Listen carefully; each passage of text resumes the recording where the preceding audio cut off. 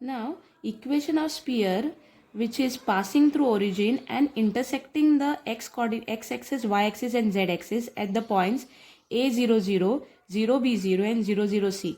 How do we get the answer to be x square plus y square plus z square minus ax minus by minus cz is equal to 0. Now, since it is passing through origin, this is the equation of sphere. One condition is done. How many unknowns are there in general form of sphere? U, V, W and D. So D we have got 0. Now I have to find U, V, W value. That will give me the answer. Now since this sphere again passes through A00, when I put this point in this equation, A square, I will get A square plus 2AU is equal to 0, which gives me 2u is equal to minus a, or u is equal to minus a by 2. A square, how did I get it? A00, substituted in this, a square 0 0, 2ua 0 0 is equal to 0. So I got this equation. Now a cannot be 0 because then again this point will become 0 0 0, which I know already is passing through the sphere. So a is not 0. So I got that, cancelling out a, u is minus a by 2. When I put this value of u here, minus a by 2, 2 and 2 cancels and I get minus ax. Similarly, I'll get minus by minus cz is equal to 0. So this is the equation of sphere passing through origin and intercept of the sphere with x, y and z axis as these 3 points. The next important preliminary is equation of sphere in diameter form. So suppose this is the diameter of the sphere and the points are x1, y1, z1 and x2, y2, z2. Now when I join these 2 points on the point R, the angle made by PR and RQ is 90. So I'm going to make use of angle between 2 lines and find the equation of sphere in diameter form. If the angle is 90 degree, what is the formula that we have used for angle between 2 lines? Cos theta is equal to product of their direction ratios. So what is theta? 90. So cos 90 is 0.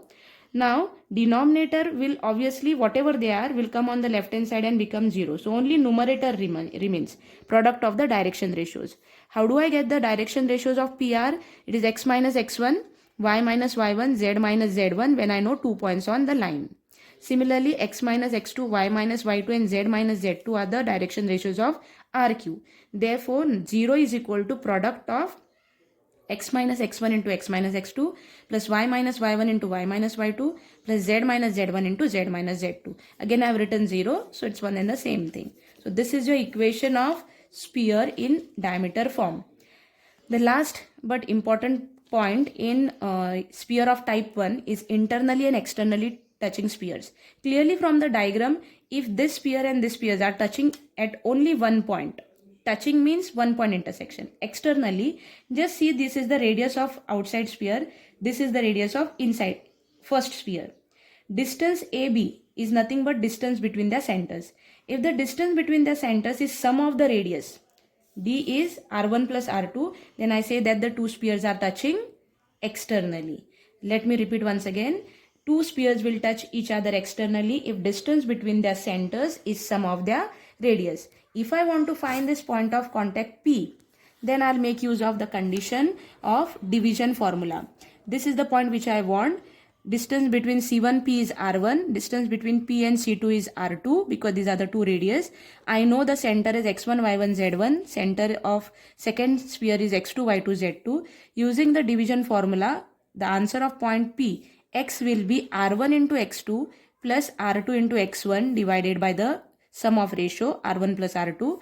Y will be R1 y2 plus R2 y1 upon R1 plus R2. And similarly Z, this formula is been done as division formula in 12th standard also. Next is internally touching sphere. Clearly you can see that this sphere is touching at only one point. Now this is the, or this is the PB is the radius of inner sphere and PA is the radius of outer sphere. I'll name it as R1 and R2. Then what is the distance between two centers? It is total radius of the bigger sphere minus the radius of smaller sphere. So D is R1 minus R2. So if we are able to prove that distance between the centers of two sphere is subtraction of their radius values and it is positive because it is distance. So which radius will take first? The one which is bigger. So R1 minus R2, that is this difference of the two radius, is distance between the center of the two spheres. Then the two spheres are said to be touching internally. Thank you.